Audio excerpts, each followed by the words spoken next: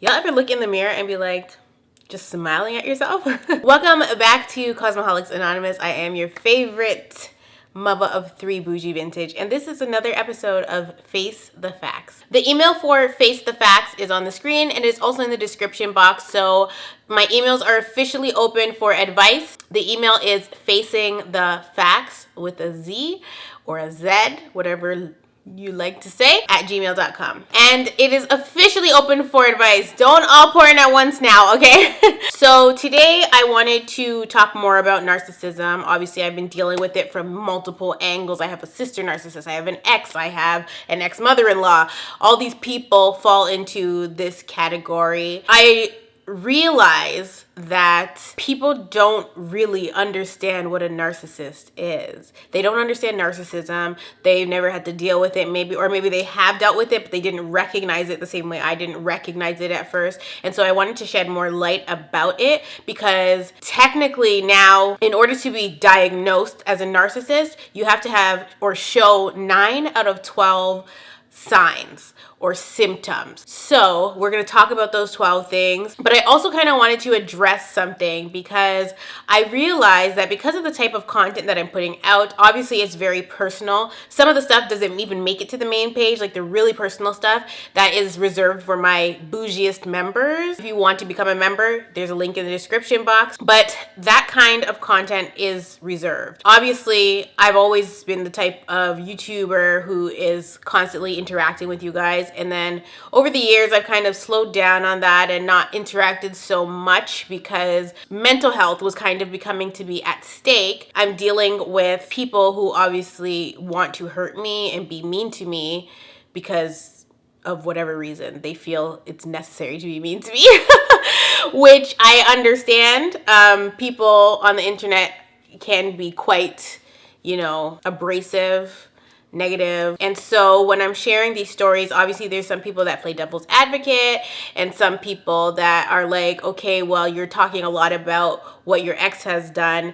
What have you done in the relationship to cause this? And that's kind of what I wanted to touch on. If you understand narcissism, you wouldn't be asking that question. But also, you cannot ask a woman that has left an abusive situation that question, simply because the behaviors or the abuse cannot be put onto the victim. The abuser is responsible for the abuse. There is no way around that.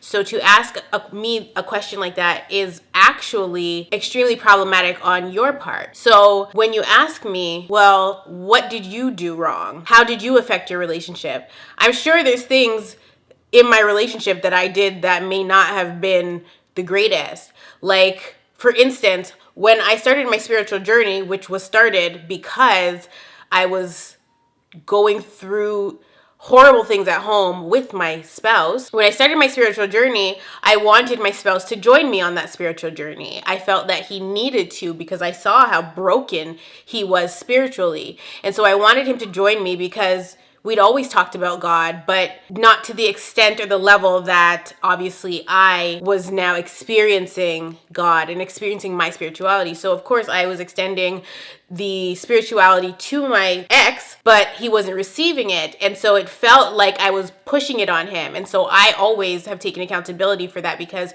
it caused an issue on top of the issues we already had when we were going through it. And so it was like that in the beginning, but then I absolutely backed off and respected his boundaries. Like, I don't want to do what you're doing. And I was totally fine with that. I backed off completely and was like, I'm gonna just pray for you. If you ask me what I did wrong, it was definitely pushing my spirituality onto him. But after reading and learning more about my own spirituality, I saw that some women, or men even, that are on their spiritual journeys, that are with people that are rejecting the spiritual journey, whether it's a Christian woman married to an atheist, which is crazy to me, or somebody that's Muslim married to a Christian, which is crazy to me.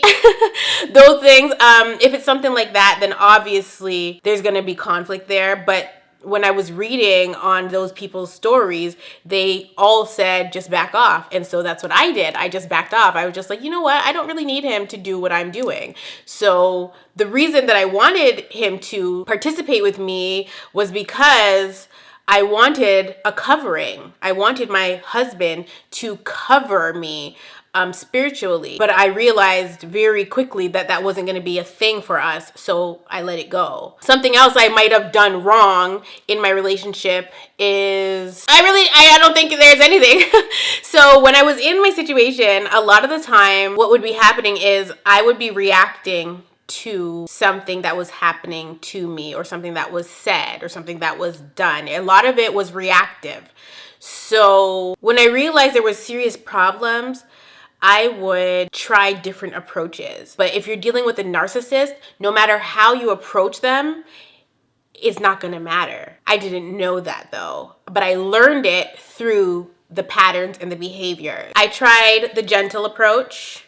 Hey, can you not talk to me like that? I tried the abrasive approach. Who are you talking to? I tried the approach where I am giving you an out. You know you're not obligated to stay with me, right? You know you're not obligated to be married to me because we have kids. I gave outs. Asking me what I did wrong in the relationship is absolutely bonkers.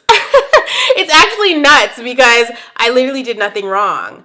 I was patient. I waited for results. When we get into the 12 signs of narcissism and identifying them, you will understand why I stayed longer than I was supposed to. And that was the other thing that I would say I did wrong in the relationship. I stayed longer than I was supposed to. I gave my partner at the time too many opportunities to prove themselves when they'd already proven themselves to be not it. Let's talk about the 12 signs of what it is to be a narcissist. So I am reading from an article or a website called fulhamconsulting.com.au. This is going over the 12 signs that you or someone you know may have narcissistic tendencies. The word narcissism is derived from the name of a Greek mythological figure, Narcissus, the son of a god that fell in love with his own reflection in the waters of a spring. The term narcissism is commonly used to describe anyone with an inflated sense of self-worth. Everyone has narcissistic tendencies from time to time.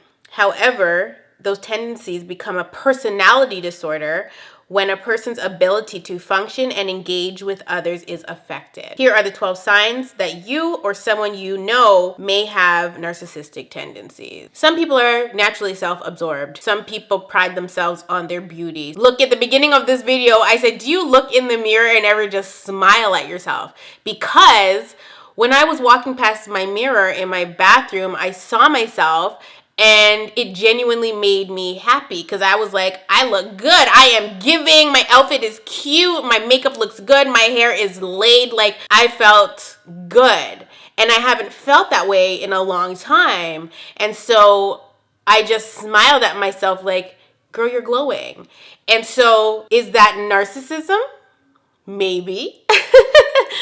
But me smiling at myself in the mirror is not affecting my ability to interact with others. So that's how we kind of draw the line. So like this said, everyone has narcissistic tendencies. Maybe me looking in the mirror and being like, girl, you look good is a narcissistic tendency, but you have to know when to stop. Il faut que tu connais quand il faut que tu arrêtes. Okay? I don't think that was right, but we're gonna act like it was. The first thing that is a sign, or the first sign of somebody that is possibly narcissistic, is superiority and entitlement. This I dealt with firsthand. So it says the world of narcissists is all about good, bad, superior, inferior, and right and wrong. There is a definite hierarchy with the narcissist at the top, which is the only place he feels safe. Narcissists have to be the best, the most right, the most competent, do things their way, and control everyone. Interestingly enough, narcissists can also get that superior feeling by being the worst, the most wrong, or most injured for a period of time. As you see, as I discussed in the red flag video, my ex had definitely had a rough childhood. a rough teenagehood, a rough adulthood, up until he met me and was able to get some sort of stability going. The way that somebody is raised, the way that their childhood goes can definitely affect if they're going to become a narcissist or not, or carry this trait of superiority and entitlement. The superiority and entitlement definitely got increasingly bad once my ex kind of established himself in his career. You would hear him say things like it's his restaurant when it's not. Like, there's literally an owner to the restaurant, and the restaurant is huge. Like, it's a big deal. There's restaurants all over. Restaurants in Canada, restaurants in America. I think one in another foreign country. My ex would say things like that. He also felt entitled, like I was supposed to give him the money for his tattoo, for his sleeve. And because I didn't want to, because it was coming out of my savings account for buying a home, I didn't want to give him the money, and I was belittled because of it. There was an attitude, I was put down, blah, blah, blah. Those were definitely things that I experienced. One of the last things that I had done was buy an anniversary gift, and because of where I bought the gift from, it was belittled. I'll tell that story another day, but as we were walking in the store and they said something about the gift I had gotten them, which was $1,400, by the way. They said something about it, and I said, why are you saying that? Like, it's beneath you.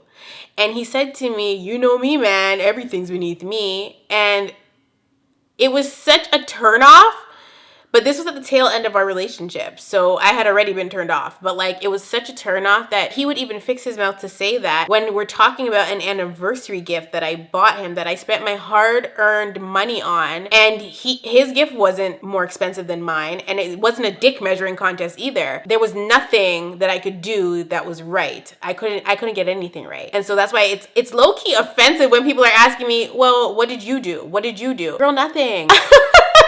Literally nothing. I was actually talking to my therapist about that today. The next sign is exaggerated need for attention and validation. I already touched on this when I talked about how he didn't receive a warm welcome from myself and the children when he came back from a work trip. So he had to go to work, and everybody was excited to see him. And of course they would be, because he doesn't treat them how he was treating his family. I definitely saw that he needed to constantly have or be validated and needed that kind of attention. His ego always needed stroking. Like, even if I were to ask him to bring the laundry down, it was like an ongoing joke in the house where I would be like, oh, my sweet, loving, adorable, handsome husband, can you please bring my laundry down? Literally, I have to do that. Not even joking. I would have to do that so that I could get it done on time. So if I wanted it done right away, I had to do that. I was doing it as a joke, but I knew that if I just asked him to bring it down and didn't say all those things, stroke his ego, it wouldn't get done. And I would end up having to do it myself. This one says, narcissists need constant attention and validation, which can only come from others. No matter how much you tell narcissists you love them, admire them, and approve of them, they never feel it's enough, because deep down they don't believe anyone can love them, and this has been verbalized. How can I love you? How can I love anybody if I don't love myself? Despite all of their self-absorbed, grandiose bragging, narcissists are actually very insecure and fearful of not measuring up. And a part of this has to do with childhood. People had always been speaking down on my ex because he was a problem child of sorts. The person that bought us our crib when we first were having our first child, they bought the crib because they were a group home staff, and they had told him he's either going to end up dead or in jail. And he has obviously risen above that and was doing well as an adult. And so he had kept contact with this person, and the person gifted us the crib for saying, like, an apology, almost like, sorry that I said that about you, I'm proud of you. People had always been that way with him though, and telling him that, and that was a part of my almost feeling bad and not wanting to give up on him, because I knew that he had those experiences growing up. I knew that he had a troubled childhood, and so sometimes I would be manipulated into staying because of that, and other times it would be my choice to stay because I didn't want to give up on him like everybody else. But then and it got to a point where I had to give up. They constantly try to elicit praise and approval from others to shore up fragile egos, but no matter how much they are given, they always want more. And you cannot fill a cup with a hole in the bottom. So as much as I'm pouring in and my energy is being sucked out of me, pouring into this person, there's a hole in the bottom of their cup. So I can never fill it up and it just stay full. I struggled with that. We struggled with that. Number 3 is the lack of responsibility, blaming and deflecting. This was a major issue. Although narcissists like to be in control, they never want to be responsible for the result, unless of course everything goes exactly their way and their desired result occurs. When things don't go according to their plan, or they feel criticized or less than perfect, the narcissist places all the blame and responsibility elsewhere. It has to be someone else's fault. So we saw that with even Mama. Okay, we saw that with her. It wasn't about her. She made it about her, and she's doing things and trying to deflect and put blame on me for her own action. A perfect example of this is accusing me of isolating my kids and keeping them from her, cutting her off when she had gone home that one time and deleted my number, deleted my text thread, and then tried to contact the kids through everybody else except for me when there was nothing said that she could not contact me. That's the deflecting, that's the blaming and accusing me of things that were false. And it's hurtful, and it's always been hurtful. I kept quiet and never ever said anything about it until Monday. Sometimes that blame is generalized, but most often the narcissist blames the one person who is the most emotionally close, most attached, loyal, and loving in their life. Obviously, in my relationship, that would be me, their spouse. It says that right there. To maintain the facade of perfection, narcissists always have to blame someone or something else. A spouse is the safest person to blame because they are least likely to leave or reject. And obviously, I stayed longer than I was supposed to in my mind, but in reality, in the grand scheme of things, I stayed just until I was supposed to stay. Nothing happens before its time. There was things that I needed to learn that had I left 2 years ago, I wouldn't be aware of. If we didn't go through all these things after the fact, I wouldn't be able to educate you guys and talk about this stuff in depth, in detail, and give these examples of everything that I've been through. Number 4, a lack of boundaries. Narcissists can't accurately see where they end and you begin. They seem to lack maturity and believe that everything belongs to them. Everyone thinks and feels the same as they do, and everyone wants the same things they do. They are shocked and highly insulted to be told no. No, I'm not going to give you the money for that. No, we can't do that today. We have to do that another day. If a narcissist wants something from you, he'll go to great lengths to figure out how to get it through persistence, cajoling, demanding, rejecting, or pouting. Experienced every one of those things. So to cajole somebody is to persuade them or do something by sustained coaxing or flattery. So when it came to me giving up Adam and Eve, you see that obviously I gave it up, but there's one last Adam and Eve video, and who else is in it other than me?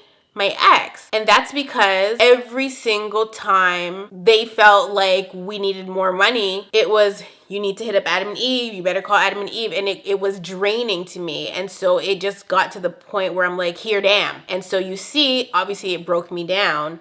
And I gave in because I couldn't take it anymore. And then the craziest part about that is I gave in to that. I gave them their cut from that, even though I didn't have to give them anything. And I was still belittled after the fact. And I was told basically that they worked for their keep. And I was just like, wow, you know? So they didn't feel like I gave them the money. They felt like they were entitled to the money because they sat in the video with me. It was crazy. At that point, I had said, I will never do anything like that ever again. I will never, ever, ever give in to it, you know, thinking it all is, because they were so, once I said we're going to do it, everything was A-okay. But after the fact, and after I sent them the money, it was treating me bad again. So once they get what they want, it's like, Haha, joke's on you, joke's on me. Number 5 is a lack of empathy. This one actually started to become a problem in the work environment. And so they would come home and tell me about it, and I would be talking to them about it. I wasn't realizing at the time that they would actually be unable to show empathy. It says narcissists have little ability to empathize with others. They tend to be selfish and self-involved and are usually unable to understand what other people are really feeling. They may announce that they can't tell what mood you're in or tailor their responses and behavior to whatever they believe the person or situation needs rather than responding with authenticity or genuinely. And that happened at work and it happened at home. Narcissists expect others to think and feel the same as they do and seldom give any thought to how others feel. They are also rarely apologetic. I have only gotten one apology in 10 years, and that apology happened at the very tail end of the relationship because they had snapped at me and I had said, you know, you really don't have to talk to me like that. And I had gone upstairs and I received a text message that was an apology, and that was the first time in 10 years. And at that point, though, it shocked me. It really did. And I replied to it, and like I was so appreciative of that apology because I felt like, oh my God, there it is. There's that glimmer of hope, you know, which I had constantly been experiencing. There would be these times where it would be like, oh my God, he's changing, but then it would go back to hell. When I got that apology, it meant something to me. Like it was deep. It obviously was not real. I found that out obviously later. They are also rarely apologetic, remorseful, or guilty. So even when it came to the cheating scandal, there was no remorse there, no guilt because I deserved it. I was blamed for it. It was definitely put on me. It was my fault. Anything that has happened, transpired between us, pointing the finger at me, instead of their actions that get the reaction. At the same time, narcissists are highly attuned to perceived threats, anger, and rejection from others. Perceived is the key word here. The lack of empathy makes true relationships and emotional connection with narcissists difficult or impossible. If I talk about my father and his lack of empathy, it was the same thing. It's why I don't have a relationship with him, because he doesn't have it in him. He doesn't have the ability to have an emotional connection with other people genuinely, even his own children. So my father, like, girl, no, okay, like, you have to know when to bother. And when it comes to narcissists or narcissistic people, you cannot bother. You have to just not engage at all. So I don't engage at all because I've had the same experience over the years with my father. I cut him off. I slowly, let him back in because I've grown and I've matured and I don't hold on to things. So I allow my father to come back in, and then we end up right back where we started because he has not grown. He has not matured. He has not changed. He's still very much a narcissist, because a narcissist is going to be a narcissist from the day they're born to the day they die. Maybe not from the day they were born, but somewhere along the line until the day that they die, unless they are seeking healing. Now, with my father, I don't think my father will ever do therapy or be interested in therapy because he is a man of God, but he's not a man of God. You know what I mean? So a lot of Christians are opposed to therapy. You need to pair your therapy with the good works of the Lord.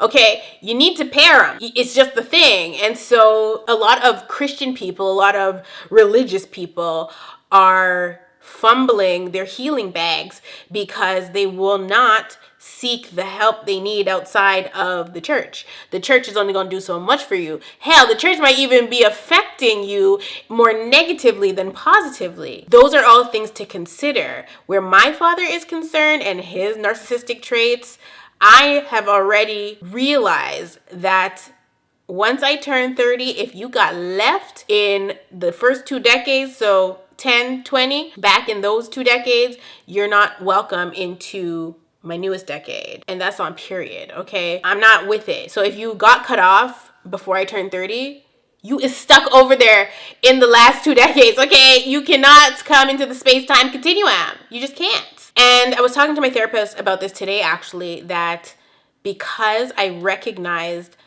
my father from the time I was yay high, very small, because I recognized that there was an issue there. From the time I was a child, I kept my distance. I just like to dip my toe in the water to see, but the last time I dipped my toe in the water, a piranha damn near bit it off.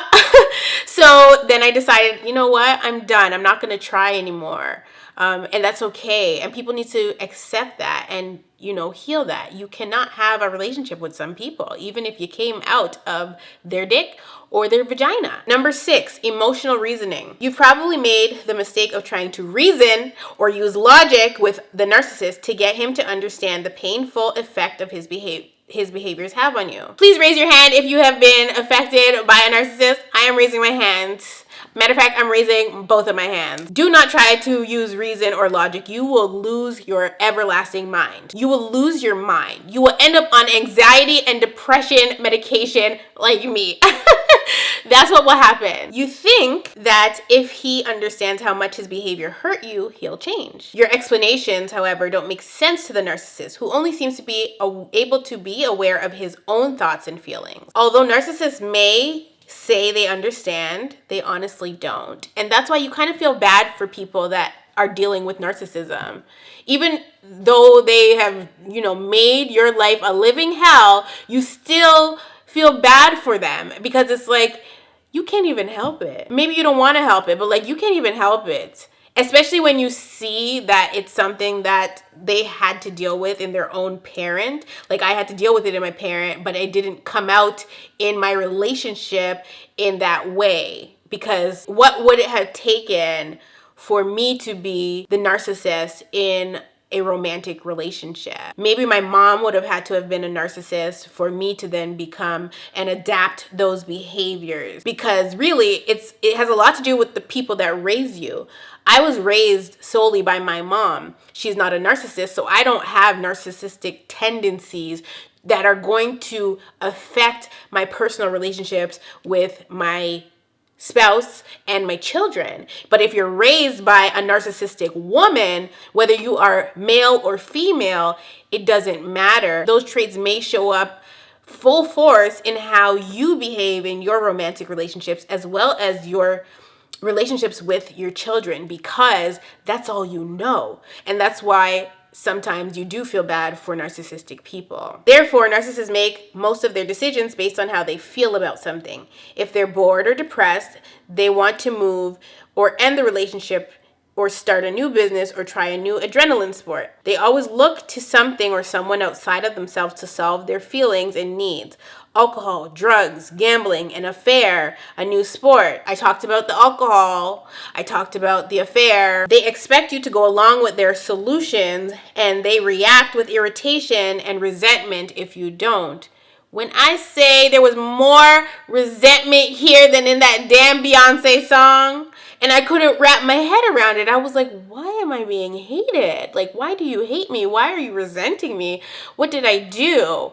And I'm sat there trying to figure it out, and I'm looking like, okay, well, I didn't do SHIT, but there's still so much resentment there. Emotionally and mentally drained and abused because I'm dealing with somebody who cannot communicate, does not want to communicate, refuses to communicate. Definitely somebody that was expecting me to just go with the foolishness, especially if you stay with somebody that has cheated on you or almost cheated on you. If you stay with a person and they got away with it that time and they're not remorseful for it, if they blame you for their cheating and you stay,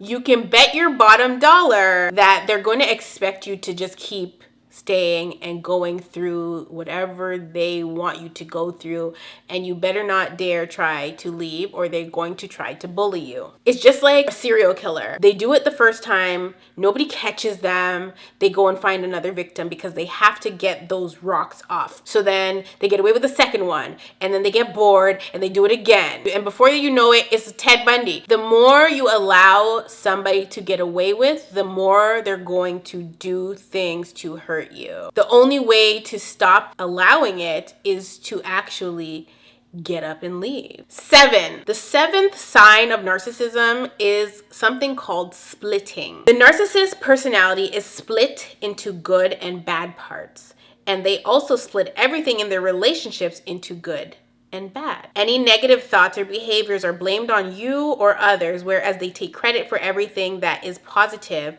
and good. They deny their negative words and actions while continually accusing you of disapproving. Narcissists aren't able to clearly see, feel, or remember both the positive and the negative in a situation. They can deal with only one perspective at a time, theirs. If a friend has a different opinion to theirs, they distance themselves or belittle the other for seeing things incorrectly. Number 8 is fear. The narcissist's entire life is motivated and energized by fear. Most narcissists' fears are deeply buried and repressed. They're constantly afraid of being ridiculed, rejected, or wrong found out. That is why when I posted the red flag video, Mama jumped out, made a profile, put her picture and her name, and identified herself in the lineup, called herself a narcissist, and told on herself because she felt embarrassed. She felt like she was found out because she gave her child up and is feeling guilt and doesn't know how to deal with her guilt. So she's putting it onto me and attacking me when I'd mentioned her for all of 2 seconds and it wasn't about her. She felt, obviously, wrong found out. She doesn't want to be judged for giving up her child. And she shouldn't be judged for doing whatever she had to do because she's not all there. She shouldn't be judged for that, and nobody was judging her for that. But if you're feeling guilt about something, a hit dog is always gonna holler, and so that's what we saw there. They may have fears about their appearance. I experienced this firsthand. Like the tattoo issue was an appearance issue. About losing their money issue. Big issue. Like huge. Like ridiculously. And I'm just like, everything is not about money. About being betrayed. Now this one has more to do with karma than anything, because betrayal, sneakiness, was just in their DNA. And obviously, if you know you've been naughty, you're gonna expect karma to come back sometime. About being seen as bad or inadequate, or about being abandoned.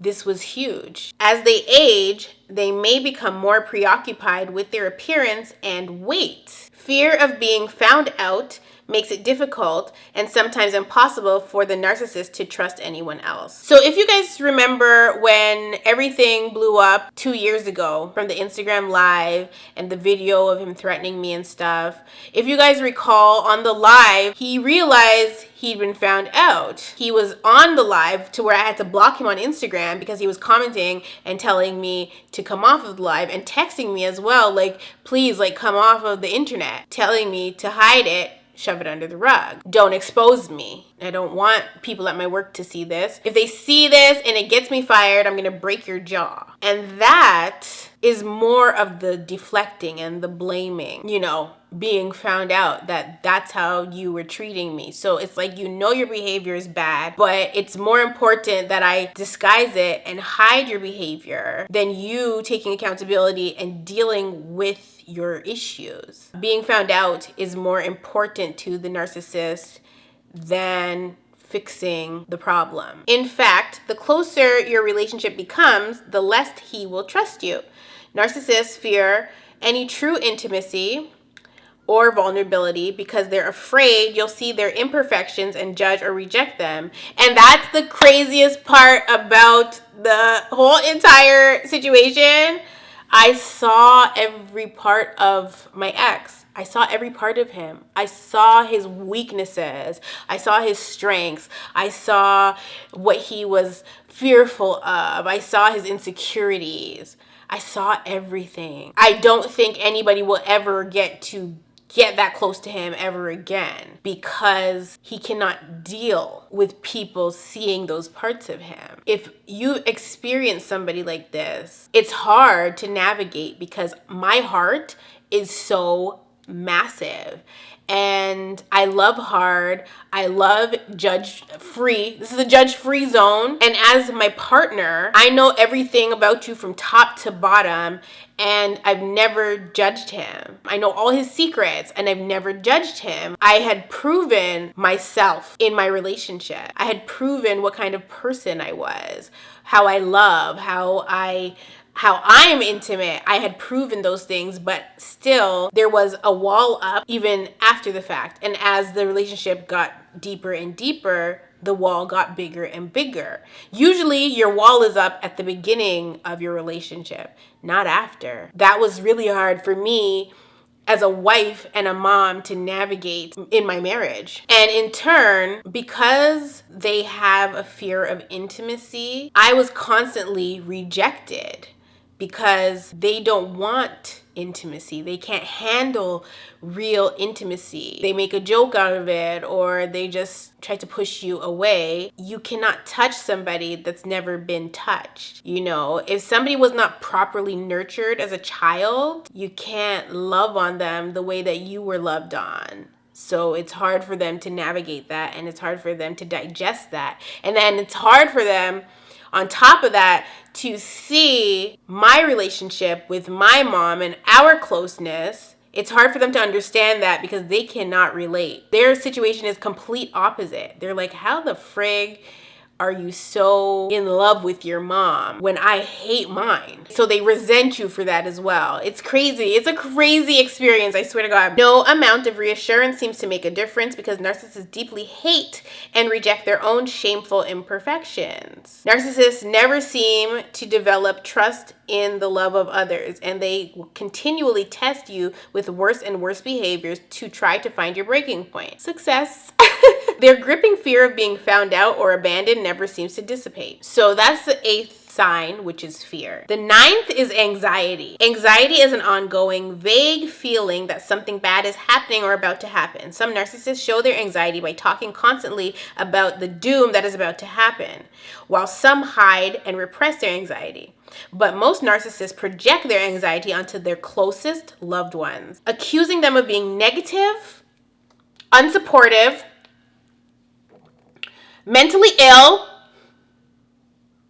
not putting them first, not responding to their needs, or being selfish. You guys, this was my whole entire relationship, and I was like, what the frig? Like, it was so hard for me to understand because I'm like, I do support you. That's all I do is support you. All I do is uplift you and pour into you. Even when you're belittling me, I'm still like, go you. Like, yes, like, and I'm being told I'm unsupportive. Accuse me of being negative. And so this was what really got me. And this is when all these things were the projection of him starting to treat me like he was treating his mama. When I was experiencing this side of the relationship, this was probably the most draining aspect of the relationship because it was just like, what the freak? What the hell? How do I navigate this? How can I get this person to see WTF I'm trying to do for us? How do I get them to see what I've done for them, that I love them, that I care about them, that I'm here for them? Like, what can I do? And I realized it was nothing, girl. I was told I'm a psychopath all the time because I would be reacting to their BS. As the time progressed, my reactions started to get more and more negative and more toxic. And so there's something that we like to call confirmation bias. A big part of the issues were the lies. So what would happen is my ex convinced himself that he had to lie to me because if he didn't lie to me, I would react negatively to whatever he was going to tell me or wanted to tell me. So instead of telling me the truth, he would lie. Then I would catch him in the lie, get pissed off about the lie, address the lie, and say, you literally didn't have to lie to me. And then they're like, see, this is how you act. You are crazy. What? This is real. Like, literally, they lie, unnecessarily lie. I catch them in the lie. I'm pissed off now because one thing I hate is a lie. A liar. I cannot stand liars, especially if it's unprovoked. Like unprovoked, especially if I gave you opportunity to tell me the truth and you still took it and lied further. I'm gonna fly off the handle. And so every lie happened, my reaction started to get worse and worse and worse. And I realized this has got to stop. But if they're not gonna stop lying, then I have to stop reacting. And I can't stop reacting to the lie. So I have to just remove myself. This was something that I dealt with a lot of, and it was emotionally taxing and draining for me. I was never going to be able to understand it. So that confirmation bias thing was so problematic in the relationship because it would be every single time. Every single time when they're deciding whatever they need to tell me is going to piss me off, which it never was something that was going to piss me off, but they convinced themselves that I was going to be pissed off about whatever it was. They decided to lie to me instead. Then I get pissed off anyway because they lied to me. And had they just told me the truth, I would have had an opportunity to react in a healthy way. But because they would refuse to tell me the truth, I was always reacting negatively. So you see, it was a reaction. The catalyst was the lie. The reaction was the result. And that's what it was. And it's like they never got it. It never clicked in. It never clued in, no matter how many times we went over it. So it got to the point where I told myself, if this person lies to me again one more damn time, I'm out of there. That's what I told myself. It was something that needed to happen. I was like, I'm not going to keep doing this. I'm not going to keep sitting here and letting them lie to me. And then I'm reacting and we're getting in these huge blowouts because you lied. But then I'm being blamed. It made no sense and it was driving me crazy. All this is designed to transfer anxiety to the loved one in an attempt to not feel it themselves. And it worked.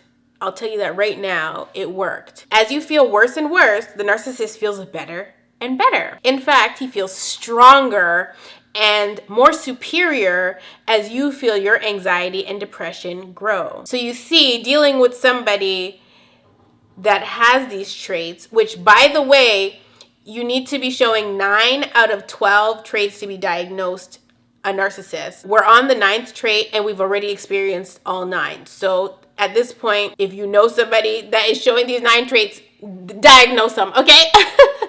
I'm just kidding, don't diagnose them. I was never on anxiety and depression medication before this situation. I have anxiety, of course, but I was not depressed. I didn't even know that I was so drained. I was high functioning depressed. So number 10 is shame. Narcissists don't feel much guilt because they think they're always right and they don't believe their behaviors really affect anyone else. So that's why no matter how many times you say, you're doing this, it's problematic, I don't like it, it doesn't matter.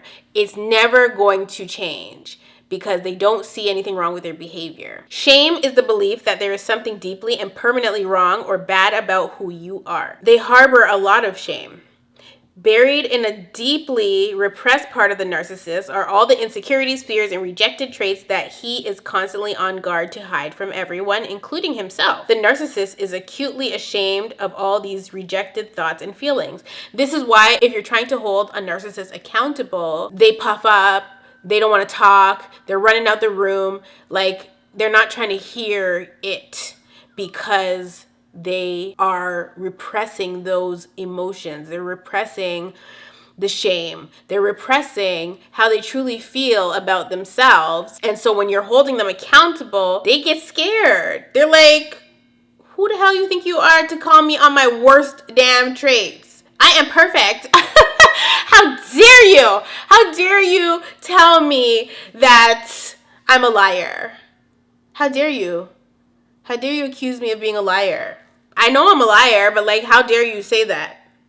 Keeping his vulnerabilities hidden is essential to the narcissist's thin veneer of self-esteem and false self. Ultimately, however, this makes it impossible for them to be completely real and transparent. They lack integrity, authenticity, and don't seem genuine. I made a vision board last year, and on it says, BD is not real. I put that like that for a reason. I was talking about 2 things. One was body dysmorphia, but the other was baby daddy. And obviously I couldn't put baby daddy is not real because we were together. We lived together. But I had realized he wasn't real. So I put BD, and I meant both him and body dysmorphia.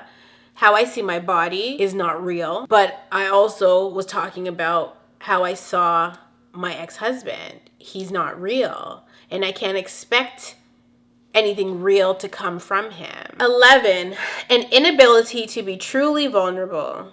Because of their inability to understand feelings, their lack of empathy, and constant need for self-protection, narcissists can't truly love or connect emotionally with other people. They cannot look at the world from anyone else's perspective. They're essentially emotionally blind and alone. It was constantly, I just want to be left alone. I just want to be left alone. And so I said, well, we have kids. Like, you can't be left alone. That didn't matter. This makes them emotionally needy. When one relationship is no longer satisfying, they often overlap relationships or start a new one as soon as possible. Definitely that. They desperately want someone to feel their pain, to sympathize with them, and make everything just as they want it to be. That's why when I was trying to get rid of him before, but he was telling me no, he then cheated because he was trying to do the overlap thing, but it didn't work that way. And what's so crazy to me about narcissists is they have zero freaking empathy, but they want everybody else to feel bad for them. It's always, woe is me. I'm the victim. Look at what happened to me. Look at my life. Blah, blah, blah, blah, blah. But they will not show that same level of care or empathy or sympathy to anybody else. They only feel bad for themselves, and they mask it by acting like they feel so good about themselves, when really they're suffering. But they have little ability to respond to your pain or fear or even your day-to-day need for care and sympathy. See, I didn't even finish reading that section, but I just said it. They want the empathy, they want the sympathy, but they cannot lend it, which is not fair. That's how you see when you're dealing with a narcissist, the relationship is always going to be one-sided. So if you have a Libra scale, it's going to be like this, and you're on the bottom here while the narcissist is constantly at the top, being light and lifted, while you're weighed down and drawn out, and suddenly you're in a depression or a depressive state, and you're like, how did I even get here? So the 12th and final trait is an inability to communicate or work as part of a team. Thoughtful, cooperative behaviors require a real understanding of each other's feelings. How will the other person feel? Will this make both of us happy? How will this affect our relationship? These are questions that narcissists don't have the capacity or the motivation to think about. Don't expect the narcissist to understand your feelings, given or give up anything he wants for your benefit. It's useless. Any kind gestures or acts of generosity are strategic and have an ulterior motive. They give to get. So like I said, with the Adam and Eve situation, he was sweet to me so that I would finally give in and do the Adam and Eve thing. He was sweet up until the end of filming the video, and then a day or two later, it was back to the same BS. Even though he had received the money in his pocket, he got what he wanted and then discarded me like I was trash. If you know or live with a narcissist, I am afraid that they are unlikely to change, and they will certainly not be open to your suggestions that the above characteristics remind you of them. Do not waste your breath, pack your things, and get gone. Get gone. If you read the comment section on any one of the newer videos about this kind of stuff, you will see people talking about their parents, how they had to pack up in the middle of the night to leave their father's home because their father was or is a narcissist man. You'll see people talking about their parents, how their mom treats them, because even though some people birth you, that doesn't mean that they are your mom. They might be your natural mother. They might have got you to earth, but sometimes that's just what all they were supposed to do. And it's for you to know, I need to cut this person off so that I can have a healthy relationship with myself. With myself. You have to know that. You don't have to have a healthy relationship with somebody just because they birthed you. You don't have to have a healthy relationship with somebody just because they're your parent or your sister or your friend. Some people cannot have healthy relationships. They're incapable of doing that. And so it's for you to have a healthy enough relationship with yourself to cut them off and leave it at that. You can forgive people without allowing them back into your bubble, into your space. You can forgive people without continuing to have relationship with them. I forgive my dad all day. I will not have a relationship with him. I forgive my ex, but I obviously will not have a relationship with him. I forgive his mama, but I will not, and my children will not have a relationship with her ever. Until they are 18 and decide that they want to do that, that's dead. There will be zero contact with that woman. This is precisely why. I would also not expose my children to my own father because he also is a narcissist. He has nothing to offer my kids. He can't be grandpa. We're not even gonna hop in our boat and sail our ship in that direction. We're not gonna do it because there's no point to set my kids up for failure in relationships. Not everybody has something to offer you in a positive way. And that's what we have to start realizing. How you cope and respond is more important. If you're unsure how to navigate your relationship with a narcissist, a therapist can help support and guide your path. Those are the 12 signs of narcissism. If you exhibit 9 out of 12, you're a narcissist. If somebody around you exhibits 9 out of 12, they're a narcissist. I hope that this was enlightening to you guys. I hope that you guys can see a little bit more clearly about what it is to deal with that type of relationship. It's better to just say nothing if you are not fully aware. If you're ignorant to what it is to deal with a narcissist, then don't ask questions like, well, what did you do? The other part about this is I also get these comments where it's like, oh, don't say that, that's family. Don't talk about your family, blah, blah, blah, blah, blah.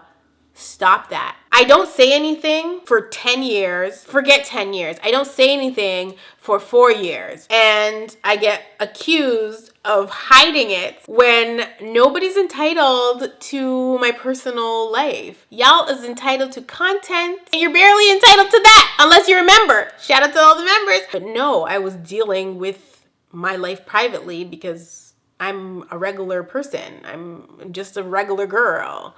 And so I was dealing with my stuff privately, not even fully aware that I'm dealing with abuse. Fast forward, I finally uncover the rug and all the stuff that has been swept under it. And then I'm told, cover it back up.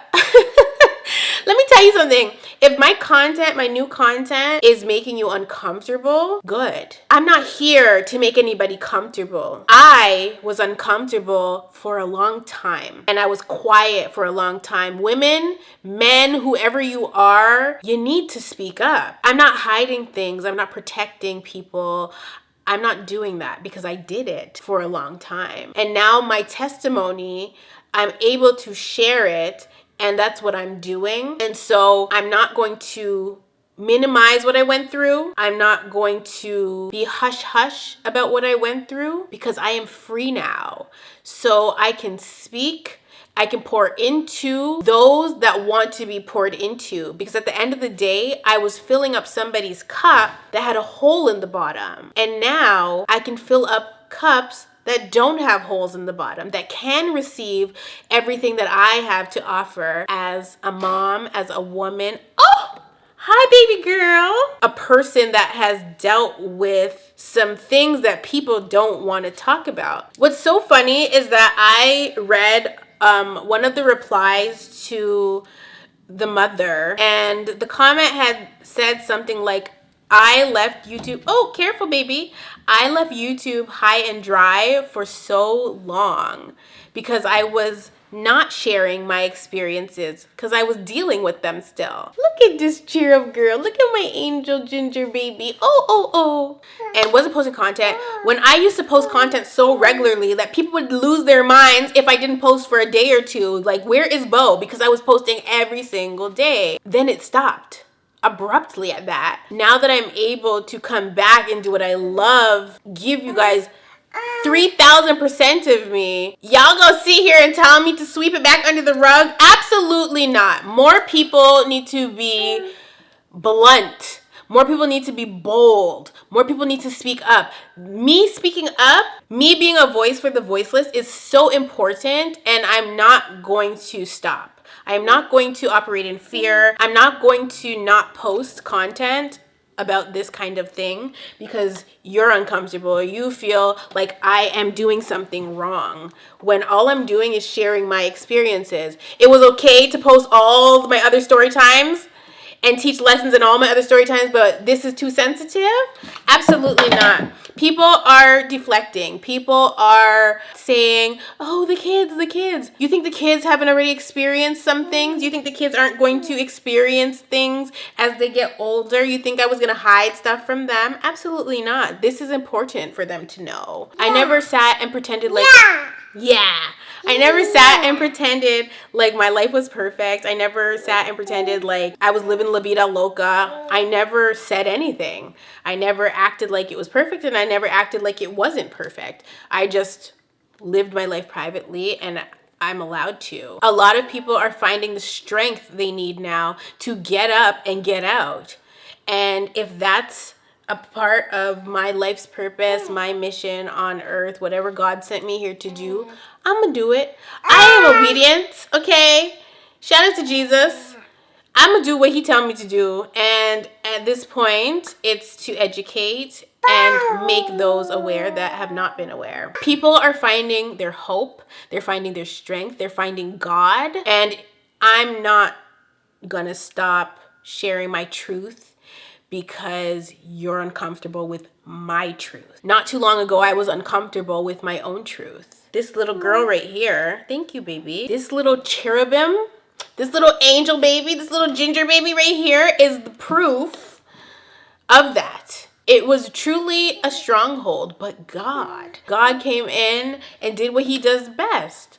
And now I'm able to sit here and express myself and share with you and teach you and grow and help you to grow. I really had to thank Jesus, thank God every single day, because if it was not for him, I would still be in my own way. And what I realize is if my truth is making you uncomfortable, that means that you are still uncomfortable about your own truth. You have to be willing to walk into your light and walk in your truth. So I encourage you all, walk in your truth, walk in your light, walk in your freedom. I encourage you all. I love you all. Pray that you'll be blessed and stress-free. I love you all so much, and I'll definitely see you in the next one.